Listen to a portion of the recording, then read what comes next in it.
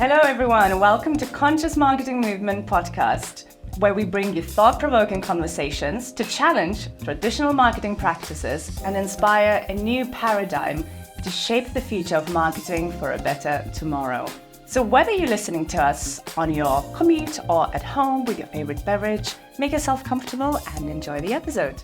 Okay, Claudia, hello! Hello! I can't believe that you are here with me in Dresden. I know. It's so amazing that we have this opportunity to talk in person after being together, working together more or less for 1 year now. Yeah, it's really nice to be like, you are a real person. I can Yes. see you and I can feel. So anyone who's working online, you will probably relate. So thank you so much for hosting me and opening your heart and your business to me and for us to create this podcast together. I'm very excited. So excited to have you here with me and really to be in person, visit Dresden together where I live, have the opportunity to record this beautiful podcast in person and just get to know you better. I know. So let's start, I guess, at the beginning. You created and united conscious marketers and entrepreneurs from all over the globe with the help of Conscious Marketing Movement, an online community that challenges traditional marketing practices and says, right, okay, we can do this better. We can find the way to do marketing that is serving the communities, serving the planet, and businesses at the same time. So kind of moving from what you say, from profit at all costs to purpose-driven approach. So can you tell us more about how do you go about creating impact? Absolutely. Thank you so much for this amazing question. So the conscious marketing movement is all about different parts of creating impact. First of all, we started by building an online community where we could connect people from all over the world. And in this community, we have events where people can learn a lot about different ways to do marketing. For example, these events can touch on storytelling, digital sustainability, and so much more. And besides that, we are also organizing a co-living retreat where we can meet in person, just like Daiva and I are doing here. We are now creating this amazing podcast together so that we can reach the wider public and spread the word and spread the message that marketing and communication does not need to be the bad guys club. We can turn it into the good guys club, and marketing and communications can be used for good. And you're not alone, There are lots of us out there who are doing amazing things in this field, and we are just scattered all over the world. And to me, I see this vision of all of us coming together collectively to learn from one another, to co-create the industry, a new paradigm together. I'm really excited to see that after 1 year working in the conscious marketing movement, we can already see the impact in the people that have been part of the online community and how they have changed their own practices and how they are stopping and thinking, is this something that feels right when they are doing some campaign or some tactic and so on. And I think that's already so important to just stop and think, hey, does this feel right, or am I just being conditioned to do this because of studies or seeing other people online doing similarly and so on. I think that's one of my favorite aspects of the community, actually. When, as a marketer, for example, when I work, there's a lot of questions that come on daily basis. And because we are changing the way we do things, we don't know. We don't just simply have all the answers. So that community is an amazing place where on kind of daily basis, I just drop a message and be like, okay, this is my question. Can you help me reflect? There's no right or wrong, I guess. But in terms of ethics and moving away from manipulative tactics, am I in the right direction? So thank you for creating that. It's amazing.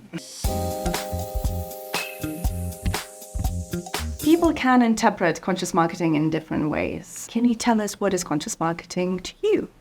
Absolutely. Thank you so much for this question, Daiva. Actually, it's a question that I'm asked very, very often, for sure. I wanted to bring us first to the problem so that we can understand conscious marketing, the solution, right? So we live in a world where we are exposed to products and services all the time.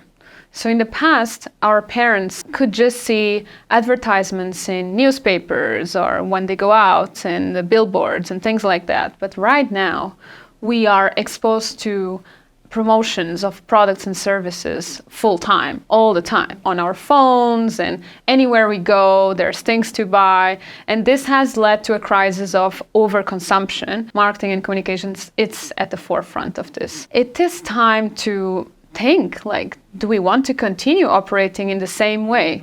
Do we want to just drive this overconsumption and basically have tactics that trigger people to buy something they don't really need? It's all driven by manipulation.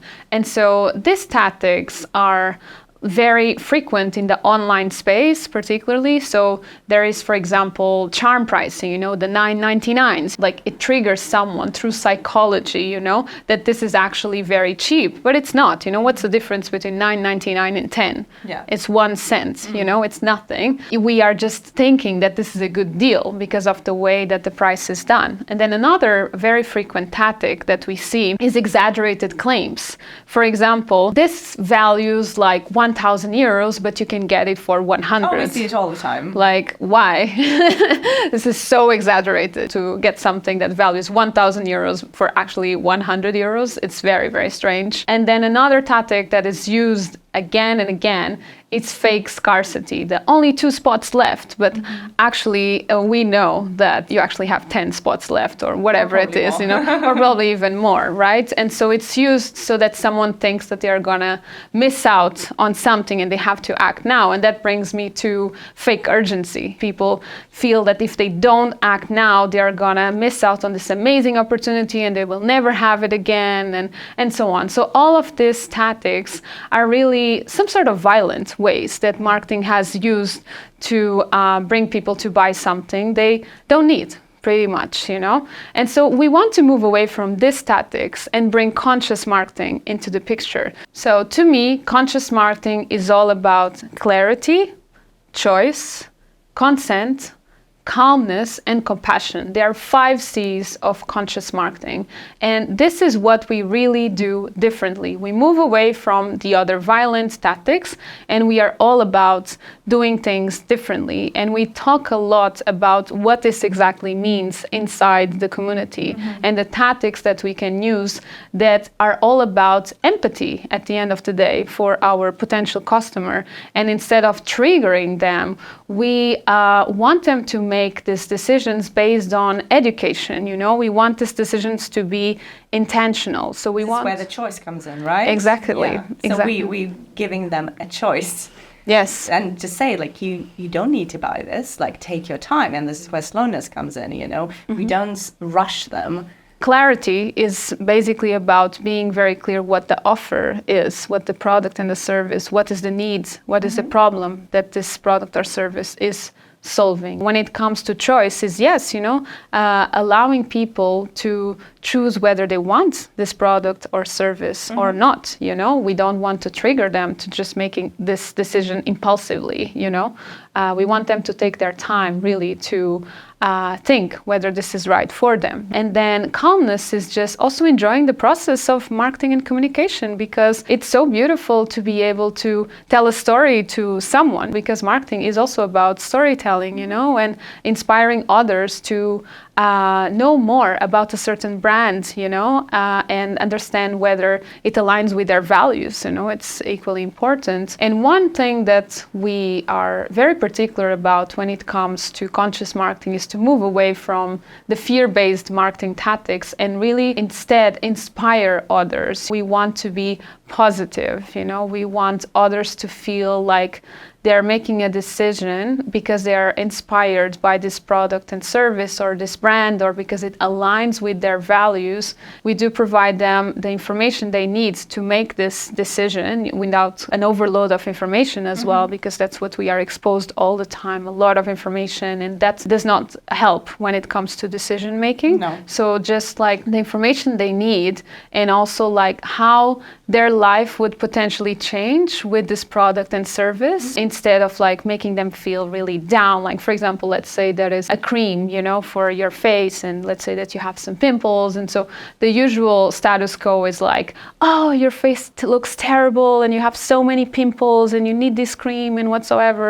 The inspiration would be like, this cream will help you to feel more comfortable with your own skin, no matter whether you have like pimples or not. Like really much more empathic kind of approach, and really at the center of like not contributing to the mental health crisis that also marketing and communication has driven, because people feel awful. I mean, anytime that I'm in social media, I just feel like I'm not good enough and I should do more courses and I should buy more things. I just don't have enough. It's really like so toxic, to be part of the online environment, particularly social media today. And that's the difference also between our grandparents and parents. They have not been exposed to this online environment 24/7 like the Gen Z and millennials and the next generation is being exposed. Mental health is really such a massive problem today, and marketing and communications has a role to play in this too. And so we have to move away from making people feel really bad. Yeah. And thank you for bringing this up, because this is what our intention is with this podcast as well. We're going to be looking at different causes with each episode. And we talked about social media addiction. We're going to talk about climate crisis in the first season. So we'll be unpacking a lot of big questions. And what I really like, what you're sharing, is that sense of responsibility.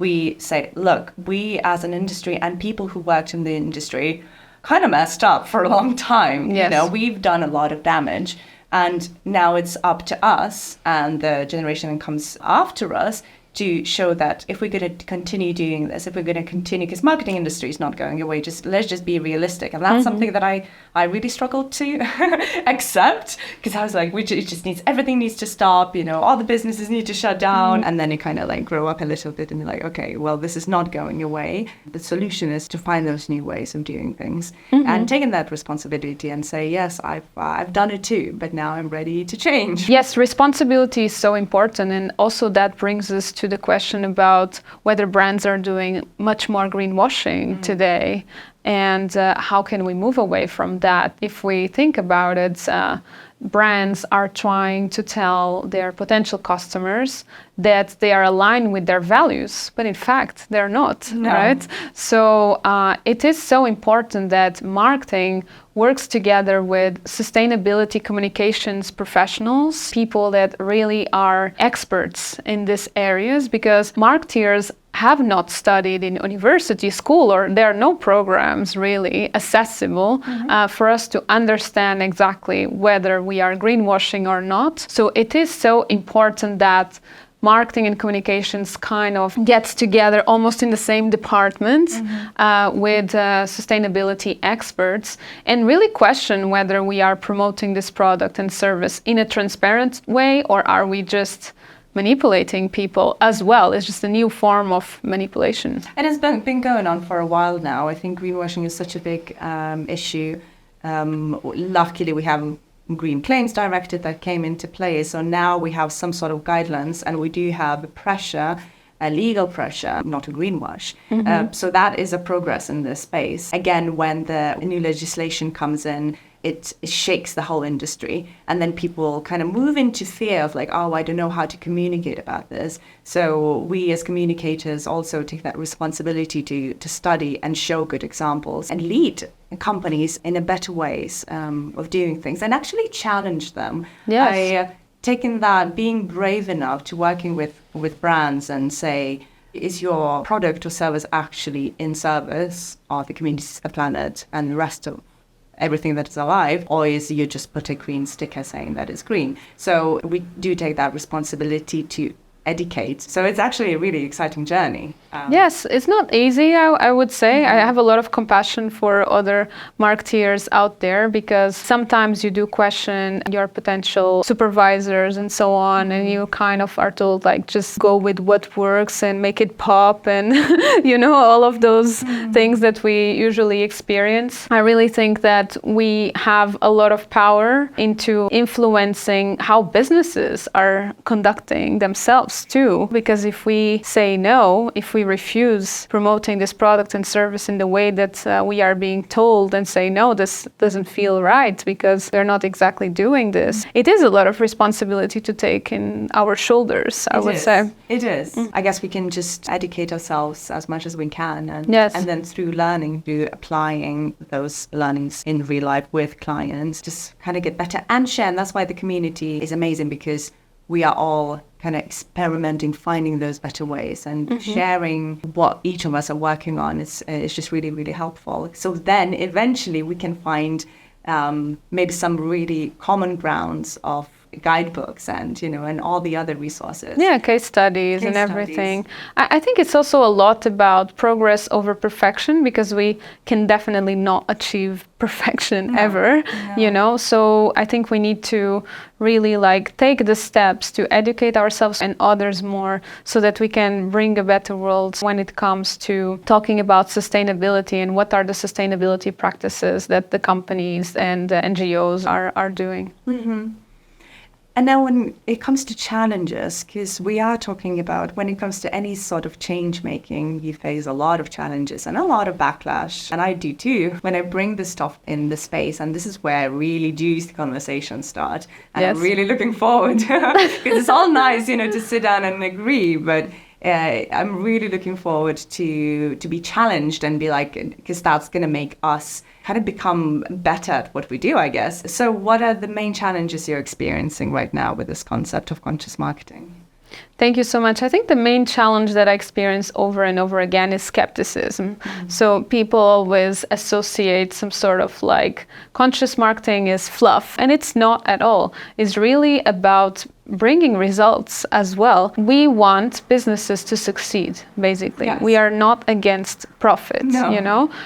Profit is just a way for businesses to continue and contribute and have an impact, you know. And so we are not anti-profit. We want businesses to grow.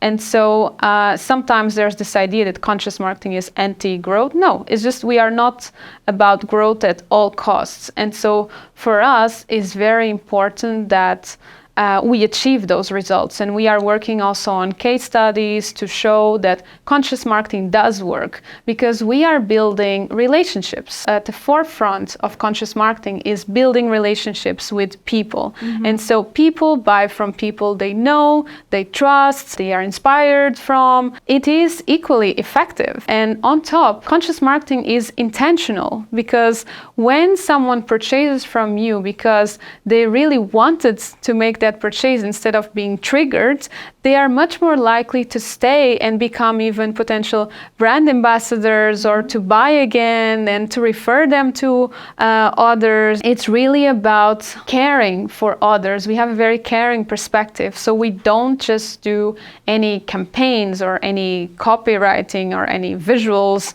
just to get people to buy something quickly. So it might take more time to get there, but it is equally effective, because we are really getting the right people to make those purchases instead of anyone. Because when you have just anyone making those purchases, they might not be happy about what they bought, and they might not really know what they're buying in the first place, right? Exactly. So they might even leave, and they might leave you a bad review even, because that's not exactly what they wanted and they were tricked into buying it. At the end of the day, conscious marketing is about bringing results, is about profit, is about growing, but not at all costs. Really about intentional growth and conscious growth, and considering the people and the planet, not stimulating overconsumption. We want, yes, this purchases to be done because people really need that product or service.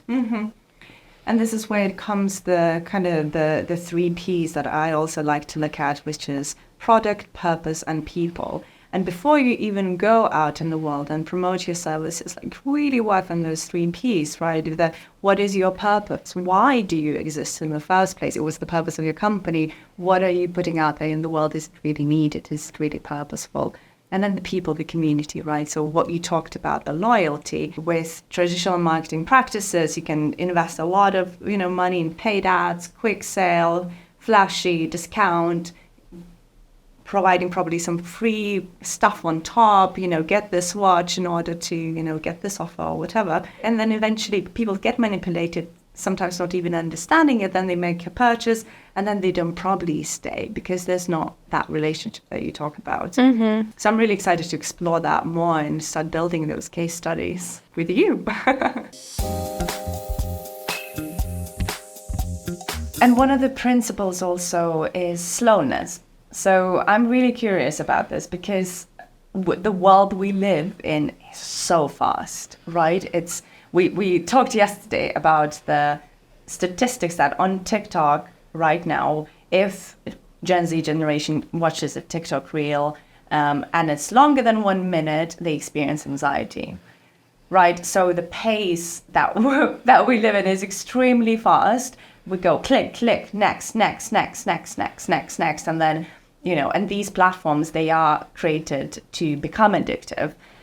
Which is very problematic in the first place. Yet we choose to stay on these platforms. So how can we do this differently again? And one of the aspects is slowness.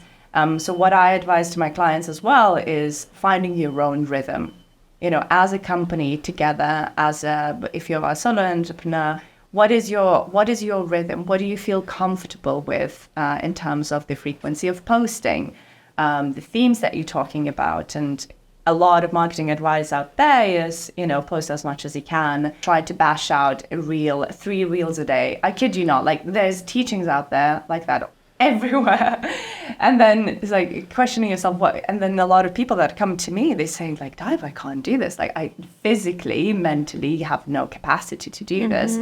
And then I have to become an entrepreneur and the content creator. And, you just have to be everything in one. So slowness is one way of doing it, finding your rhythm. So maybe less posting 2-3 times a week, whatever.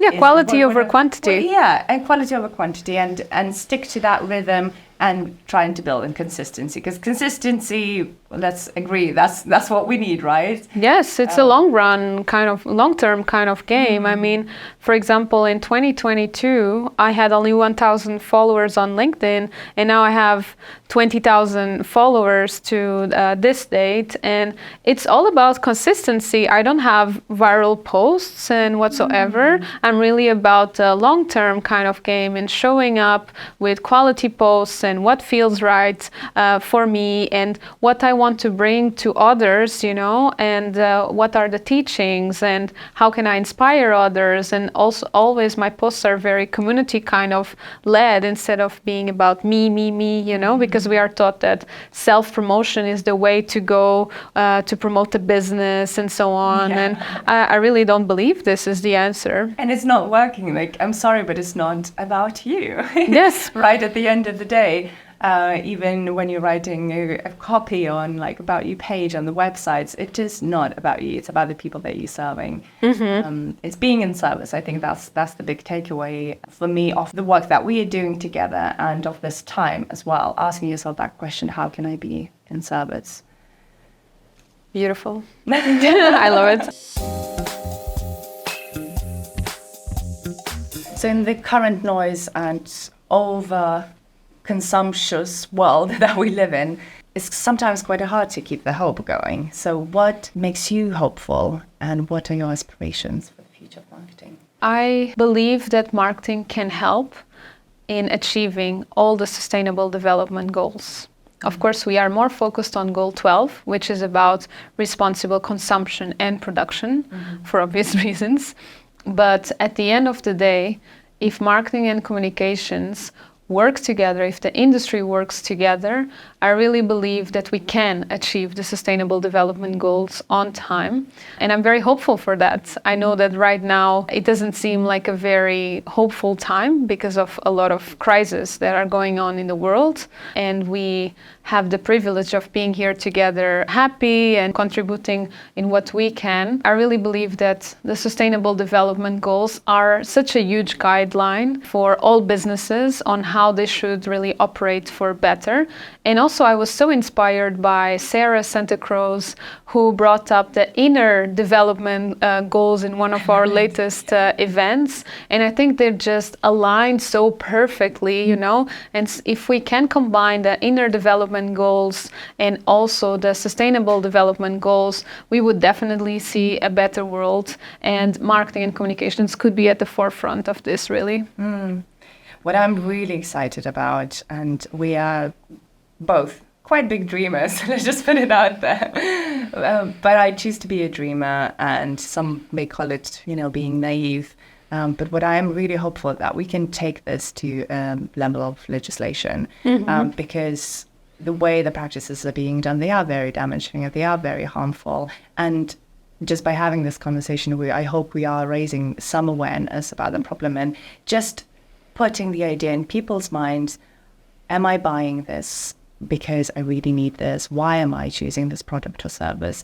Just, a bit more mindfulness in the world. Yes, it's about making conscious marketing mainstream at the end of the day, you know, making the normal practice instead of making it something niche. That's not what we want. We really want conscious marketing to be just normal marketing, you know? Right, and this is why the movement comes in. So maybe you can share a little bit about why you decided to call it a movement, because it is a business, right? And some people have questions around that. Yes, so I really believe that there is no place for this distinction. Non-profits are the good guys and the businesses are the bad and greedy ones. I really believe in a new business paradigm where both come together, where we have purpose-driven businesses. And I really wanted the conscious marketing movement to walk the talk, to show that this is possible. And to me, this thing that we are creating, this business that we are creating, is about social change, is about a change in the culture, in the change of we do things and so on, societal change at the end of the day. And so to me, it makes perfect sense to call this business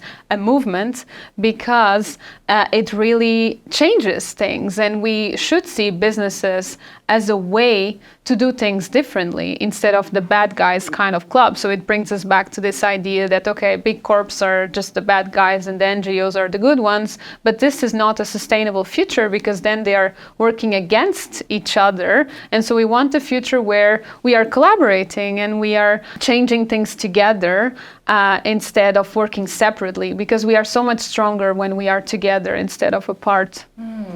And it is a big ask, because I do know some business owners that have quite big businesses, and there's just so much responsibility to run a business in the first place. And now we're asking them, you also need to change and heal the society and address a lot of issues. And that is a big challenge for businesses. So what your advice would be in terms of choosing maybe a cause that you want to support as a business? Yes, absolutely. I think it's important to look at potentially one of the sustainable development goals and really contribute to this goal, instead of trying to choose 5 goals but then to contribute to none. And that becomes some sort of North Star as well, like where we want to head towards. So through this product and service, we also want to contribute to this. That's really important, that we don't just sell for selling, for getting money. I think that's quite an outdated perspective, and also the world that we live in.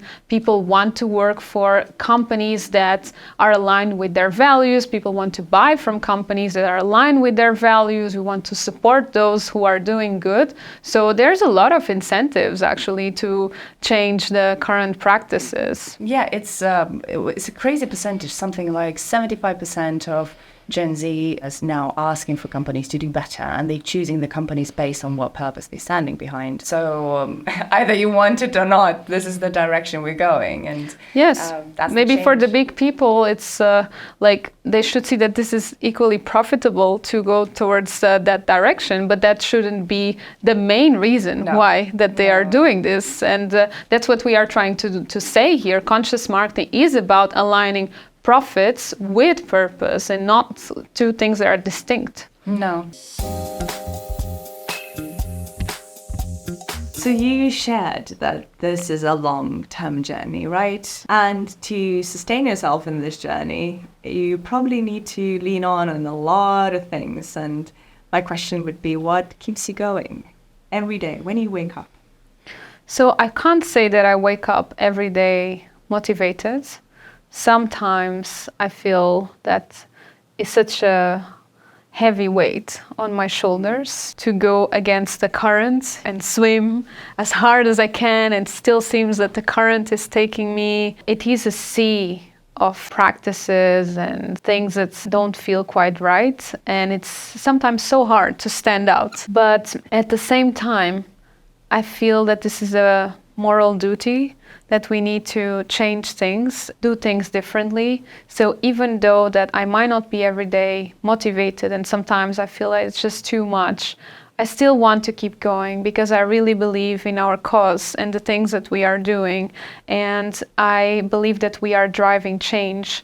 And the most important part is I'm surrounded by amazing people around me. So the community members, they all are absolutely amazing. They bring so many interesting questions, perspectives, and they're so supportive. And I have an amazing family who cares for me every day and supports me to be able to do this. And at the same time, I have amazing team members like you, Daiva, who are here for me and believe in what we are doing together and are so supportive.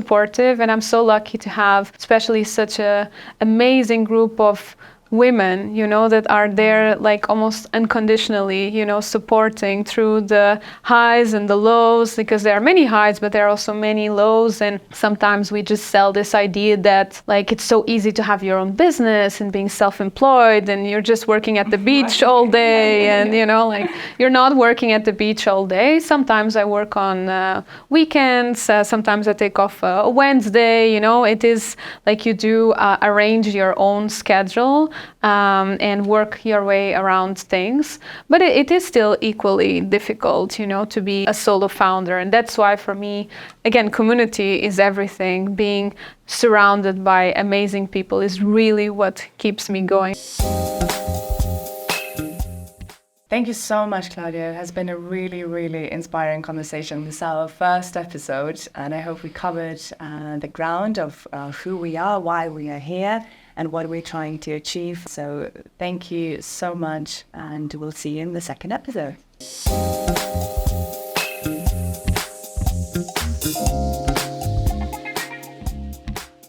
Here's a poem about conscious marketing. Posting every day is not healthy for you or your followers. It keeps both of you glued to screens, far from nature. Social media does not define you. Beautiful, right? Yeah.